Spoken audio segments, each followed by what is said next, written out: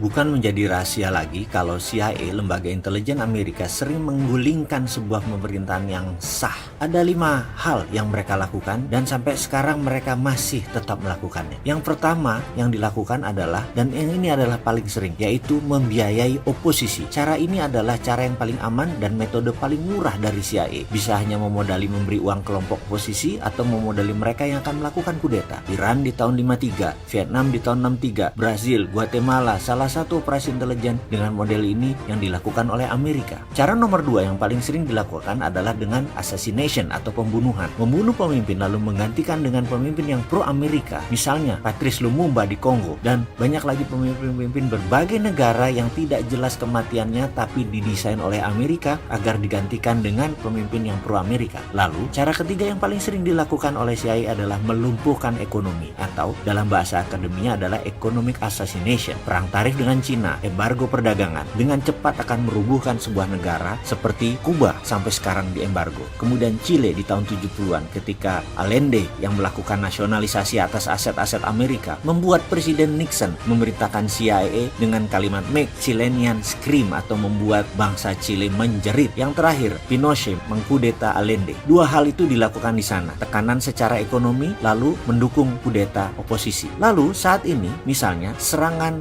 mata uang lira di Turki yang menjatuhkan 40% nilai Turki dalam setahun terakhir dan membuat banyak investasi keluar dari Turki. Kemudian juga Venezuela diserang dengan economic hitman sehingga inflasinya lebih dari 1000%. Indonesia di tahun 1997 adalah bagian dari economic assassination untuk merubuhkan rezim Soeharto. Kemudian saat ini yang paling sering dipakai adalah nomor 4, yaitu pengambil alihan kendali atas media. CIA akan membeli koran, membeli TV, membeli radio untuk merubah opini publik dan melakukan kampanye anti penguasa yang anti Amerika. Di Italia, CIA pernah membeli koran Rome Daily American agar Italia tidak jatuh ke tangan komunis. Namun sekarang petinggi CIA pernah berkata lebih gampang membeli wartawan dan redakturnya daripada membeli koran atau media. Karena itu banyak sekali sekarang foreign jurnalis yang dibayar oleh CIA, dan di media warfare ini kuncinya adalah kendali informasi, di mana sekarang meluas ke internet dan medsos dengan analitik strateginya. Terakhir adalah membangun kepanikan atau menciptakan chaos, menciptakan ketegangan sosial. Seringnya ada demo atau street protest, itu adalah bagian menciptakan kekacauan atau chaos. Turun ke jalan berdemo adalah CIA style sekali. Coba lihat, coba ingat-ingat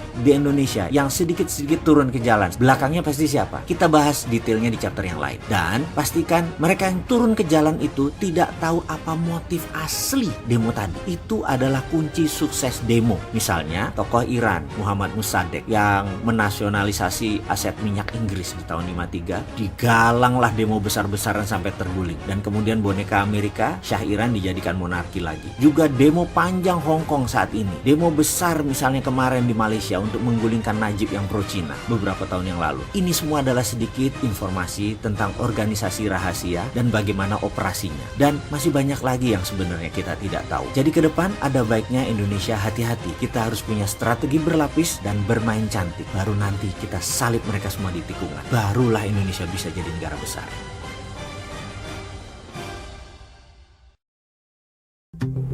Hai, kamu tahu nggak sih? Pakai Dinaran, kalian bisa beli emas dengan biaya 10.000 aja loh. Kamu bisa transaksi emas dengan sistem digital jauh lebih mudah. Beli emas, belanjakan emas, ambil emas, beri atau transaksi emas bisa dimanapun kalian lakukan. Selain itu, rupiahmu jauh lebih aman dengan underlying emas tanpa takut berkurang dan cenderung naik setiap waktunya. Di Dinaran, setiap rupiahmu bernilai emas. Jadi, download Dinaran sekarang juga.